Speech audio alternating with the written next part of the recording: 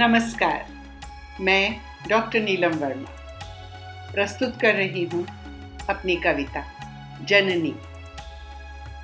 आज प्रकृति और मानव के बीच मचा है एक घमासान। आज प्रकृति और मानव के बीच मचा है एक घमासान। अस्तित्व का, स्वामित्व का, दायित्व का।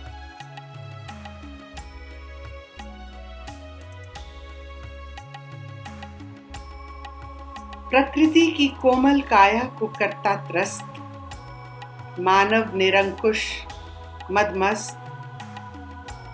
अपनी उच्छृंखलता में यही भूल गया कि प्रकृति जो लगती है निरीह, रहती है मौन, उसी के पास है यह चयन करने का अधिकार कि बचेगा कौन। मातृरूपा प्रकृति व्यथित है मानव की संहारक प्रवृत्ति से, उद्वेलित है उसकी घातक मनोवृत्ति से। जब धुएं और दुर्गंध से भर जाती है उसकी प्राणदायिनी वायु, वह तड़प उठती है सांस लेने के लिए।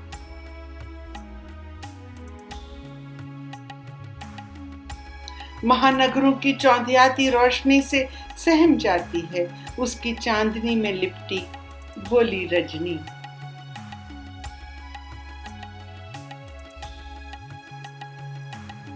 जब मानव की लोलुपता उजाड़ती है उसकी वन संपदा, वह चीत्कार कर उठती है, चिल्ला चिल्ला कर कहती है उसे, रुक जा मनु, संभल संभल, यह तू मेरा नहीं स्वयं अपना विनाश कर रहा है।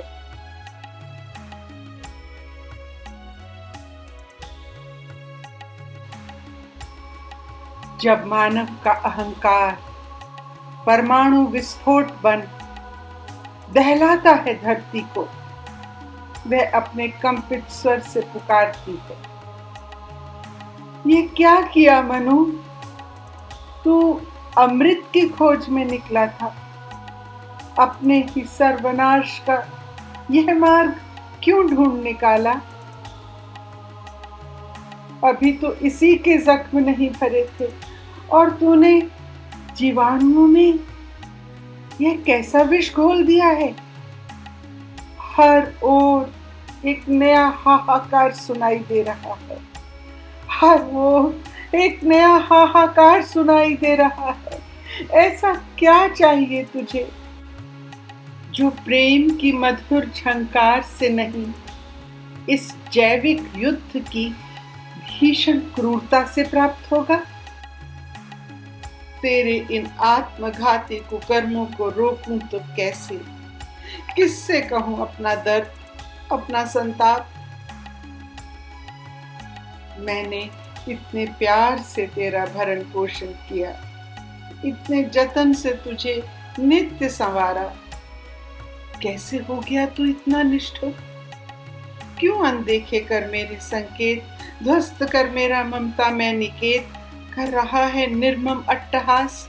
क्यों बन गया है स्वयं ही काल का ग्रास।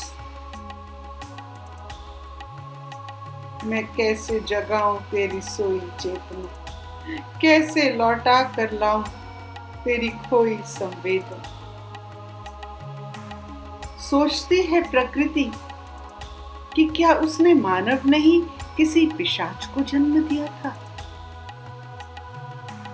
अंततः निराश हो उसने भी ले लिया निर्णय अटल।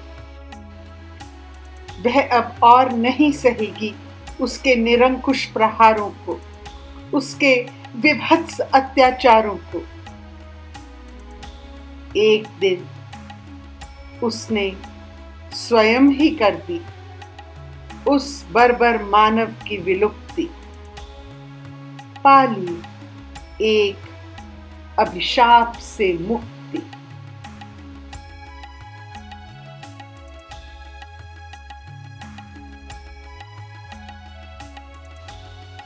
प्रकृति ने पुनः आरंभ किया अपने क्षत विक्षत स्वरूप को संवारना, सजाना। धानी चूनर ओढ़े अपनी सौंधी सुगंध से पवन के झकोरों को महकाना, उनके जादुई हिंडोले में हौले हौले अधखिली कलियों को झुलाना, अपनी नीलाभ झीलों में भोर की सुनहरी किरणों से कमल की पंखुड़ियां खिलाना, सांध्य सुंदरी के घुंघराले केशों में तारों के टिमटिमाते दीप सजाना, दबे पांव आती विभावरी के गहरे नीले रंग में डूबते आसमान के मस्तक पर टिकी चांद की बिंदिया के नित नए आकार को रात भर निहारते हुए नई नई धुनें गुनगुना।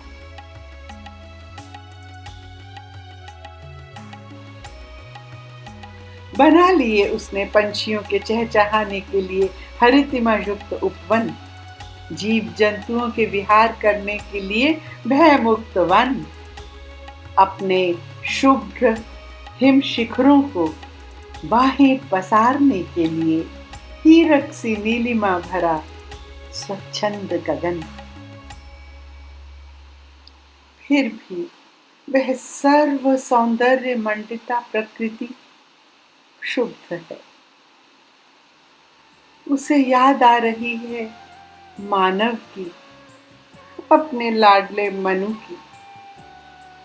अपनी बाल्यावस्था में वह कितनी मासूमियत से उसे निहारता था, उसके रहस्य समझने का यत्न करता था। जब युवा हुआ, उसके सौंदर्य से आकर्षित हो रचता था मधुर छंद और गीत, लिखता था सुंदर लेख और कथाएं, देता था उसकी संरचना को अर्थ, करता था उसे परिपूर्ण और खोजता था उसके कण कण में ईश्वर का दिव्य प्रतिबिंब।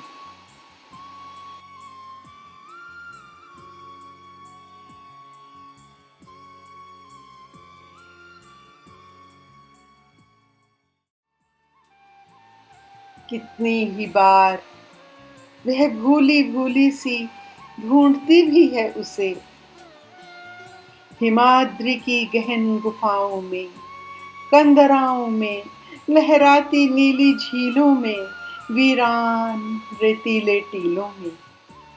उसकी गंध पाने को व्याकुल हो भटकती है लहराते पवन झकोरों में। मनु, मनु, मेरे नटखट अबोध मनु, कहाँ चले गए, कहाँ खो गए। निरुत्तर ही रहती है उसकी पुकार।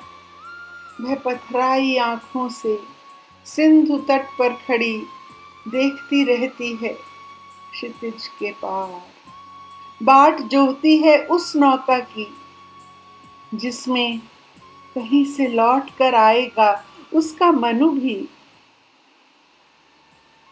पर नहीं, नहीं, नहीं, उसने स्वयं ही विलुप्त किया था अपने मनु को।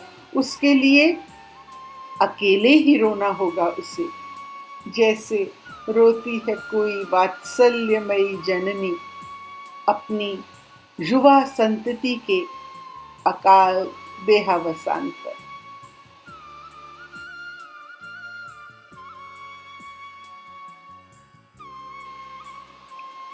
एक दिन वह पुनः प्रयास करेगी, शांत हो, पूर्ण निष्ठा से, तपस्विनी बन, पृथ्वी, जल, अग्नि, वायु और आकाश का अपने प्रेम पूरित हाथों में करेगी संचयन।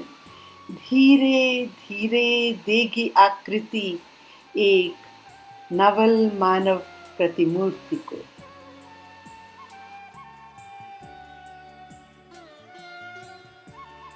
आवाहन करेगी अपने हृदयेश्वर महादेव के लास्य स्वरूप का, अपने नवोदित सौंदर्य से करेगी उन्हें मुग्ध।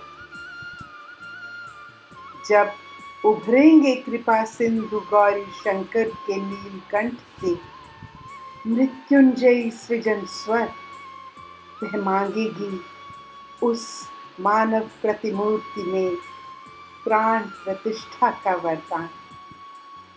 आचमन कराएगी उस शिशु मानव को अपने इष्ट देव की जटाओं से झरती गंगा जल का, भरेगी उसके अंतःकरण में मान सरोवर की समस्त करुणा, बनाएगी उसे स्निग्ध सरल सजल। इस बार कोई भी उपक्रम वह शेष नहीं छोड़ेगी। संभवतः उस उज्जवल मानव दर्पण में देख पाएगी वह अपने प्रेम का प्रतिबिंब, बिल्कुल वैसा ही जैसे दिखता है किसी जननी को अपने नवजात शिशु की आंखों में।